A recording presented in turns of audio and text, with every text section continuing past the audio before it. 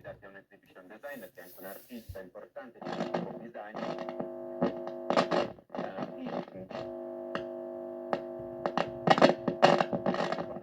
Dell'edificio, il nuovo forno del pane che ospita al museo. 180 grammi, scontati. Brad Pitt ce n'è uno.